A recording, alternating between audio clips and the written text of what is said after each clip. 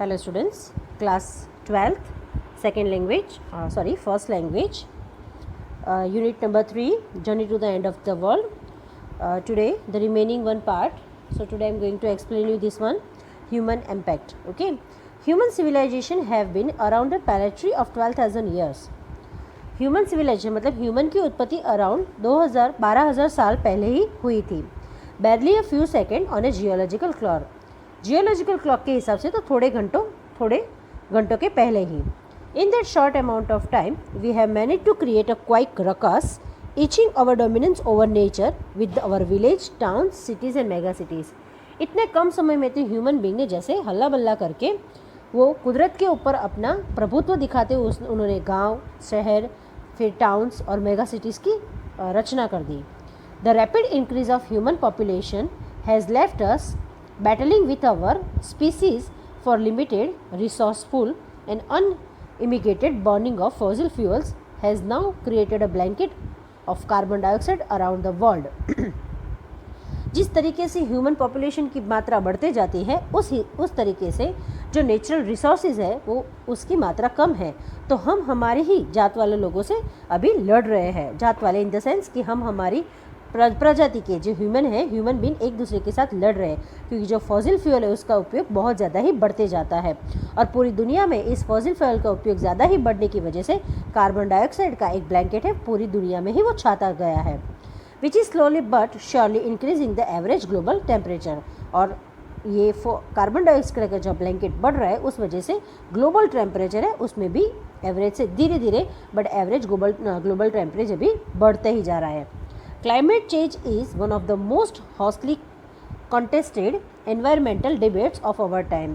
Climate change जो परिवर्तन हो रहा है क्लाइमेट में वो सबसे बड़ा महत्वपूर्ण टॉपिक है एनवायरमेंटल डिबेट्स के अंदर हमारे समय में. Will the west Antarctic ice sheet melt entirely. उसमें हमारे मुख्यतः कौन कौन से टॉपिक थे कि वेस्ट एंटार्क्टिक की जो आइस शीट है वो पूरी ही पिघल जाएगी क्या. Will the Gulf Stream of ocean current be disputed. Gulf Stream ocean है उसका पानी पूरा ही सूख जाएगा क्या. Will it be the end of the world as we know it. तो क्या पूरी दुनिया का अभी अंत हो जाएगा. Maybe not. हो सकता है, नहीं भी हो सकता. Either way Antarctica is the crucial element in this debate. और एंटार्क्टिका इन सब में से ही बहुत बड़ा ही क्रूशियल एलिमेंट है और ये टॉपिक का बहुत इंपॉर्टेंट टॉपिक है इस डिबेट का. नॉट वो इसलिए नहीं है एंटार्क्टिका, वो डिबेट का इंपॉर्टेंट टॉपिक इसलिए नहीं है क्योंकि वहाँ पे पूरी दुनिया में वहाँ पे कोई इंसान प्रजाति वहाँ पे नहीं है and therefore remains relatively pristine in the respect. पर वो एकदम क्लीन एंड फ्रेश है इसलिए भी उसके बारे में बात करते हैं. बट मोर इम्पॉर्टेंटली पर वो बहुत ज़्यादा महत्व देता है because it holds in an ice cores 500,000 old carbon records trapped. 500,000 that means 5 lakh जितना कह सकते हैं आइस कोर्स मतलब कि जितने ओल्ड कार्बन जो है वो आइस शीट्स के नीचे वो ट्रैप्ड है, वो वहाँ पे फंसा हुआ है और उस लेयर से आप पता चल सकता है. In its layer of the ice if we want to study and examine the earth past, present and future, Antarctica is the place to go. अगर ये लेयर के नीचे जो कार्बन डाइऑक्साइड की जो प्रिंट्स है लेयर के नीचे जो ट्रैप्ड है उसको हम एग्जामिन करते हैं तो हमें एंटार्क्टिका से पता चलता है कि पृथ्वी का पास्ट, प्रेजेंट एंड फ्यूचर क्या है, वो सब हम अच्छे से जान सकते हैं. Students on the ice, the program I was working with on Soleski. Student on the ice program का नाम है जिसके साथ मैं काम कर रहा हूँ Soleski. Aim to do exactly this by taking high school students. उनका मेन उनका उद्देश्य ये है कि बच्चों को वहाँ पे ले जाने का to the end of the world and providing them with the inspiring educational opportunities which will help them to foster a new understanding and the respect for our planet. जो बच्चे हाई स्कूल के बच्चे हैं उनको वहाँ पे ले जाने का मतलब यही है कि वो बच्चे जो जो पृथ्वी के जो अभी ख़त्म होते जा रहा है, जो फॉसिल फ्यूल कम होते जा रहा है, उन सब में वो कुछ नया कर सकते हैं, वो अपॉर्चुनिटी दे सकते हैं और वो एजुकेशनल वे से उनको कुछ इंस्पिरेशन भी मिल सकती है जो डायरेक्ट उनको देख के वो प्लैनेट को बचाने के लिए, प्लैनेट को रिस्पेक्ट करने के लिए कुछ नया करेंगे. It's been in an operation for a 6 year now. ये 6 साल से ये प्रोग्राम शुरू किया है. Headed by the Canadian Geoff Green. Canadian Geoff के द्वारा ये प्रोग्राम चालू किया गया था. Who got tired of carting celebrities. वो थक गए थे शुरुआत में जब वो प्रोग्राम चालू हुआ तब वो celebrities, retired rich, curiosity seekers उन सबको लेके जाते थे. अब उन सबको लेके जाके वो थक गए थे because who could only give back in the limited way. वो कुछ उनको इंस्पिरेशन नहीं दे सकते थे, वो कुछ भी नया कुछ नहीं कर रहे थे और इन सबको ले जाके उनको वो व्यर्थ लगा था जियोफ ग्रीन को। With student on ice he offer the future generation. With student on the ice program से उन्होंने फ्यूचर जनरेशन को of policy maker of life changing, जो life changing experience at an age when they were ready to absorb learn and most importantly act. उस समय में इस नई generation के साथ जो नया सीख सकते हैं, वो नया कुछ नया हो उसको एब्जॉर्ब कर सकता है, सीख सकते हैं और बहुत ज़्यादा इम्पोर्टेंटली कि जो सीखा है, जो लिया है, वो सब पे वो एक्ट कर सके, मतलब उसके ऊपर वो कुछ गौर करके वो कुछ नया चेंजेस करके कन्वर्ट करके वो दे। Reason the program has been so successful is because it's impossible to go anywhere near the South Pole and not to be afflicted by it। ये प्रोग्राम इतना क्यों सक्सेसफुल हो उसके पीछे भी कारण है, बिकॉज आप साउथ पोल से आगे नहीं जा सकते हैं और उसकी असर महसूस किए भी नहीं रह सकते। It's easy to be blasé about polar ice caps melting by sitting in the comfort zone of our respective latitude and longitude. हर किसी बहुत इजी है किसी के लिए भी ये पोलर आइस कैप्स है वो मेल्ट हो रहे उसके बारे में बात करना अपने कंफर्ट जोन में, लैंगिट्यूड और लॉन्गिट्यूड मतलब हम जहाँ रहते हैं उस एरिया में, वहाँ से बैठ के ये सारी बातें करना बहुत इजी है। But when you can visibly see the glacier retreating and ice shelves collapsing, you begin to realize that the threat of global warming is very real। But जब आप देखते हैं कि ये जो ग्लेशियर है वो सारे मूव बैक हो रहे हैं, पीछे जा रही है, जो बर्फ़ की बहुत बड़ी स्लैब्स है वो कोलैप्स होती है, टूट रही है सारी, तब आप महसूस कर सकते हैं कि जो ग्लोबल वार्मिंग है उसकी कितनी ज़्यादा चेतावनी हम यहाँ महसूस कर सकते हैं। आगे Antarctica, because of a simple ecosystem and lack of biodiversity, is the perfect place to study how little changes in the environment can have a big repercussions। Antarctica ये बहुत ज़्यादा ही सिंपल इकोसिस्टम और लेक ऑफ बायोडाइवर्सिटी से भरी हुई जगह है, जहाँ पे आप पढ़ सकते हैं कि थोड़ा सा भी अगर एनवायरनमेंट में बदलाव होता है तो यहाँ पे उसकी जो असर है, इफ़ेक्ट है, वो कैसी होती है और उसके हमें प्रिकॉशंस क्या लेने चाहिए।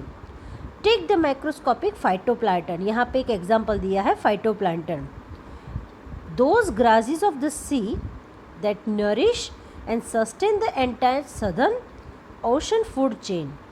ये जो माइक्रोस्कोपिक फाइटोप्लैंटन है उसका हम एग्जांपल लेते हैं, जो ग्रास है समंदर में जो नरिश करता है और सदर्न ओशन फूड चेन मतलब कि जो मरीन एनिमल्स है उस पूरी फूड चेन का वो बेस है।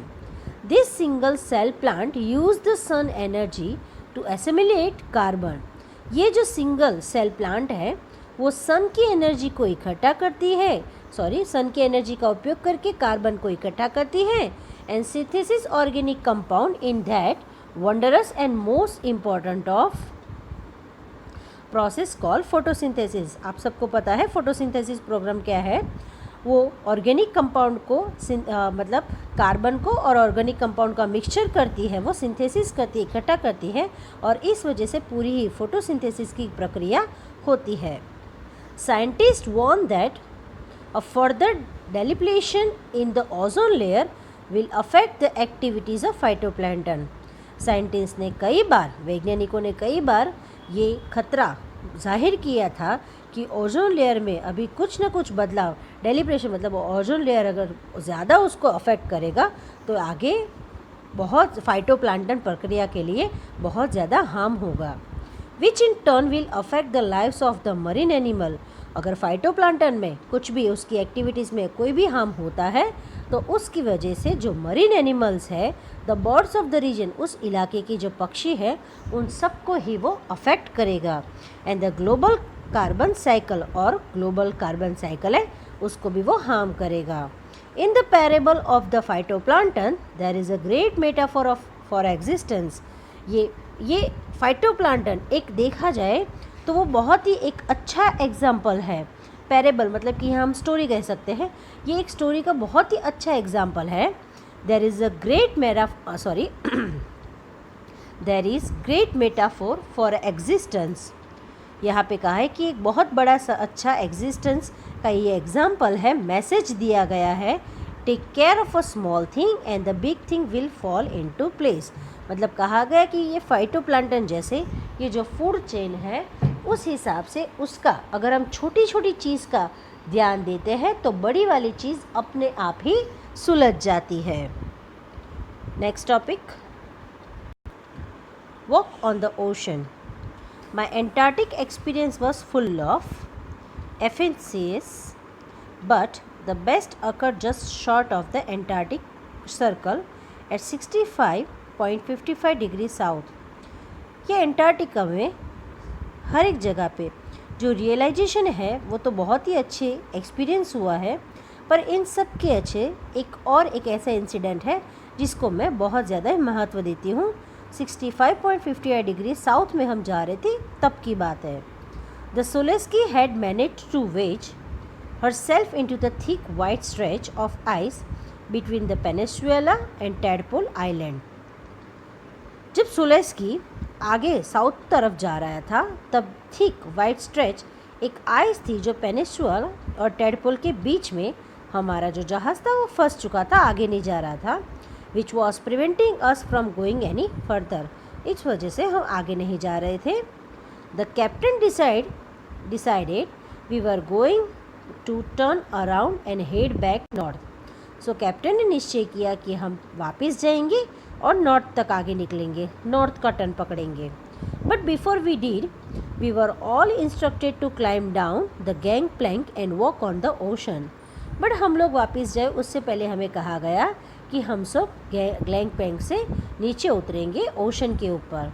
सो देयर वी वर, सो हम लोग उतरे। ऑल 52 ऑफ अस, 52 जितने हम थे,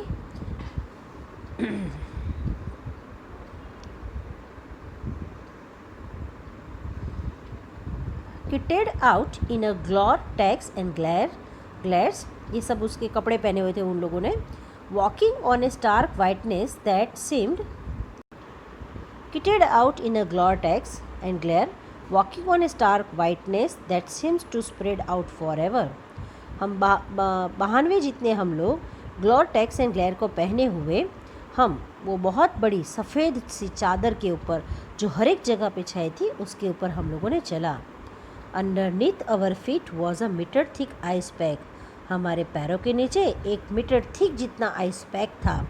एंड अंडरनीथ दैट, और उसके नीचे 100 metres of living breathing salt water, जहाँ पे उस 1 मीटर थिक आइस पैक के नीचे 180 मीटर जितना लिविंग और ब्रीथिंग सॉल्ट वाटर था।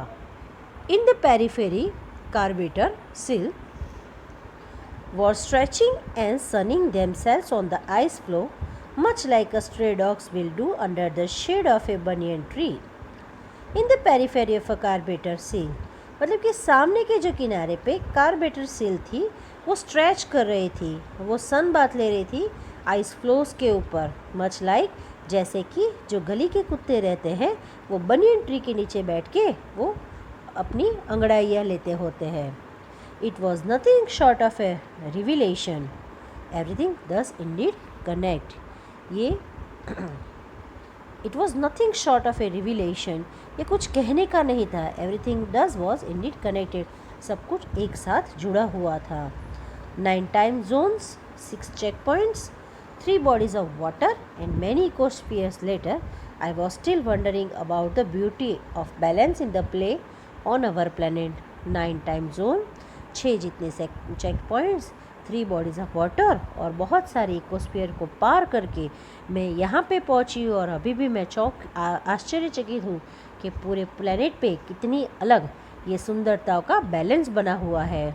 How would it be if Antarctica were to be become warm place that it once use to be, कैसा होगा अगर एंटार्क्टिका वार्म प्लेस हो जाए जो पहले था।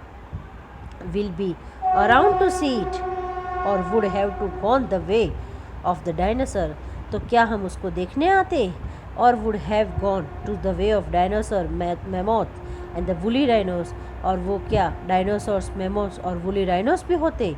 हु टू से, कौन कहता? वो कैसे चले गए? ये डायनासोर, मेमोस और वुली राइनोस कैसे उनका एग्जिस्टेंस इस पृथ्वी से निकल गया, वो सब कौन कहता?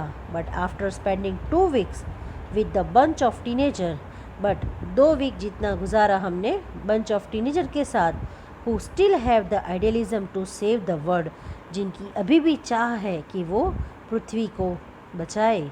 और I can say is that a lot can happen in a million years, but what A difference a day makes. और मैं इसी वजह से कह सकती हूँ कि बहुत कुछ इतने सालों में, मिलियन ईयर्स में बहुत कुछ बदल गया था, बट कुछ बदलाव अभी भी हो सकते हैं। But what a difference day a make, पर थोड़ा सा बदलाव से क्या दिन हमारा बदल सकता है। ठीक है, lesson is completed here. Thank you so much everyone.